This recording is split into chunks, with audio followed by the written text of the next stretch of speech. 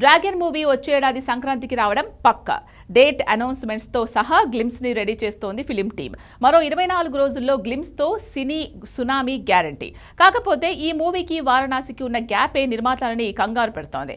రాజమౌళితో ప్రశాంత్ నీల్ కి ఉన్న స్నేహం వల్ల ఇద్దరి మధ్య ఎలాంటి క్లాష్ రాదు.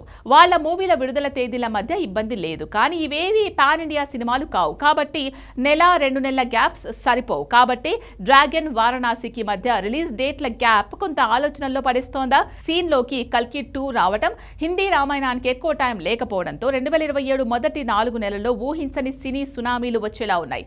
ఇంతకీ ఏ రిలీజ్ డేట్ ఈ మూవీ ఫేట్ ని మార్చబోతోంది? డ్రాగన్ వారణాసి కల్కి 2 మధ్యలో 4000 కోట్ల రామాయణం నలగబోతోందా? Have a look.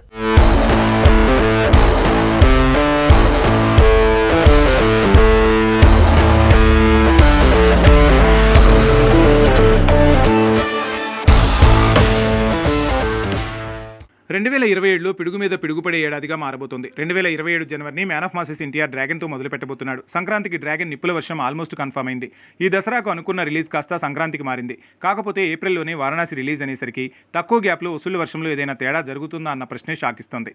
ఎందుకంటే జనవరిలో డ్రాగన్ వస్తే ఏప్రిల్లో వారణాసి రాబోతుంది. కాబట్టి ఎలా చూసినా ఒక సినిమా మరో మూవీ వసూళ్లని చీల్చే ఛాన్స్ లేదు. కానీ అదే జరిగేలా ఉంది. కారణం హిందీ రామాయణం. అవును, 4000 కోట్లతో 2 భాగాలుగా తెరకెక్కుతున్న హిందీ రామాయణం నిజానికి దీపావళికి ప్లాన్ చేశారు. కానీ పోస్ట్ ప్రొడక్షన్ డిలే వల్ల జనవరికి మార్చాలనుకున్నారు. కానీ అప్పటికీ సీన్లో డ్రాగన్ ఉన్నాడు. కాబట్టి థియేటర్స్ తాలూకా డీల్స్ విషయంలో క్లాష్ వస్తుంది. కాదని ఫిబ్రవరిలో బరిలోకి దిగుదామంటే అప్పుడు కల్కి 2 రంగంలోకి దిగేలా ఉంది. వారణాసిలో కొంత భాగం కల్కి 2లో కథకి పోలికలు ఉండటంతో వారణాసి వచ్చేలోపే కల్కి సీక్వెల్ని రిలీజ్ చేయాలనుకున్నారు. అందుకే సడన్గా కల్కి 2 షూటింగ్ మొదలుపెట్టారు. 30% షూటింగ్ గతంలోనే అయిపోయింది. కాబట్టి పెండింగ్ 70% షూటింగ్ చేస్తూనే ప్యారలల్గా పోస్ట్ ప్రొడక్షన్ వరకు మొదలు పెడుతున్నారు. సరే, మార్చిలో హిందీ రామాయణం రిలీజ్ చేయొచ్చు కదా అంటే అక్కడా సమస్య ఉంది. ఐకాన్ స్టార్ అల్లు అర్జున్తో అట్లీ తీస్తున్న మూవీని మార్చికి ఫిక్స్ చేశారట.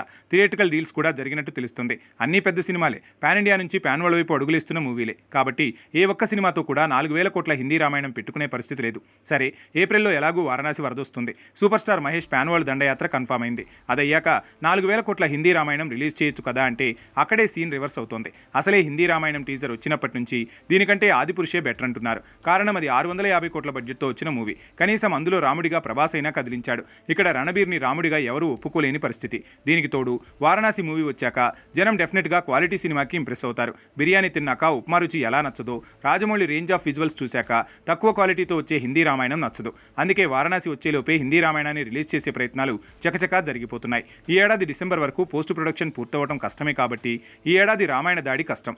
వచ్చే ఏడాది వారణాసి విడుదలకు ముందే రామాయణం రిలీజ్ చేద్దామంటే సీన్లో డ్రాగన్, కల్కి 2, అల్లు అర్జున్ మూవీలు ఉన్నాయి. కేవలం వారణాసి వాయిదా పడితే తప్ప హిందీ రామాయణానికి కాలం కలిసి రాదు. లేదంటే 4000 కోట్లు మటాషేనా? కేవలం టీజర్ చూసి అప్పుడే ఒక నిర్ణయానికి వస్తే ఎలా? హృతిక్ రోషన్ చెప్పినట్టు వెయిట్ చేయొచ్చు కదా అంటే బాలీవుడ్ మేకర్స్ మీద జనాలకున్న నమ్మకం అలాంటిది. అందుకే ఈ పరిస్థితి.